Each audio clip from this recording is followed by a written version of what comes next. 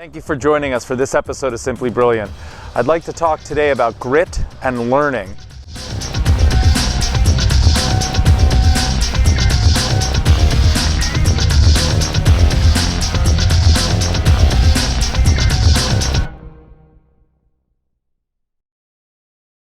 I would be remiss if I didn't thank all of our viewers.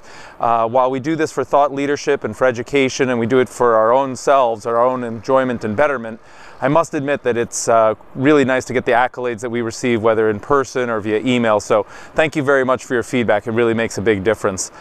Turning to today's topics about learning and the quest for perpetual learning, my wife and I enrolled all three of our children in a progressive education. And the primary reason is that we want them to want to learn and be enthralled by the concept of learning.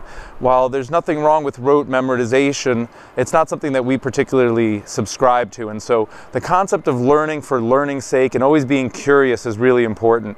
In fact, curiosity is one of the things that we hire for when we look at candidates at Brilliant. One of the things we want to see is how curious are they? Are they naturally curious? Are they inquisitive? Are they problem solvers? Do they seek to find truth and rely on themselves? And so one of the things that we talk about when it comes to learning is sort of taking candid feedback in a positive fashion. And I'll give a prime example. My youngest daughter was enrolled in a ski racing camp over Thanksgiving break, and her coach was a four-time female Olympian, Sarah Schlepper, and she's an incredible person, an incredible athlete, an incredible coach.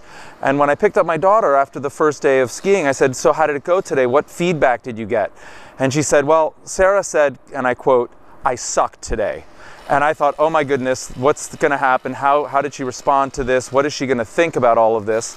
And in the end, she rose to the challenge. She decided that she was going to do something about it. She didn't like hearing that she sucked. She didn't take it personally. She didn't let her ego get in the way. She said, "I'm going to do something about it." And I was incredibly proud of her when at the end of the week, my daughter Victoria won the most improved athlete for that period of time.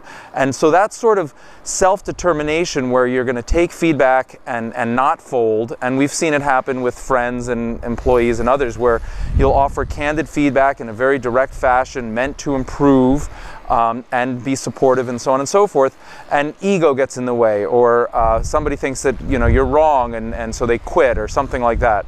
And so I think that the pursuit of doing things better, learning and wanting to improve, and that determination is really critical. The other thing I would talk about is my kids at their private school, again, are having their music concert this week. And so I went and I listened to my daughter in 6th grade, and I was very impressed that, a non-music oriented school could turn out a classroom of kids that could perform this classical music just by the fact that they practice and they repeat. Right? That's really all they do. I don't think it's a world-class music institution. I think while the educators are very talented and caring, the kids may or may not be interested in classical music or the violin or whatever it is that they're playing, but because it's part of their curriculum, they show up, they practice. They're supposed to practice at home. My guess is some of them do, some of them don't.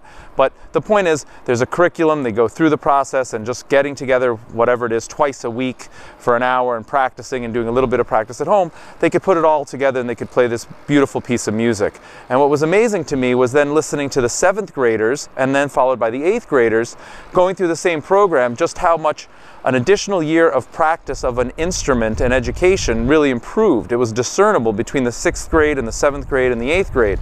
And so one of the things that we talk about, as I sat there listening to them, enjoying the music, I couldn't help but think, wow, this is incredible. The human species can sit and just through repetition and practice learn something that they're not naturally capable of doing and improve over time. And you can hear it between the 6th grade, the 7th grade, and the 8th grade.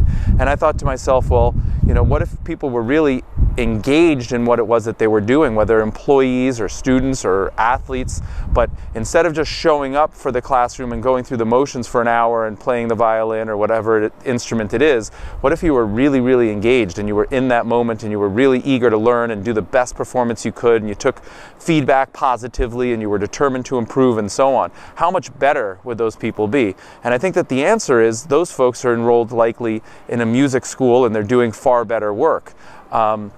And I think at the end of the day, The people that have the grit and the determination, the perseverance, the drive, the confidence to succeed ultimately find superior education in the way of leadership or mentorship, or better educators. So for instance, my oldest daughter swims.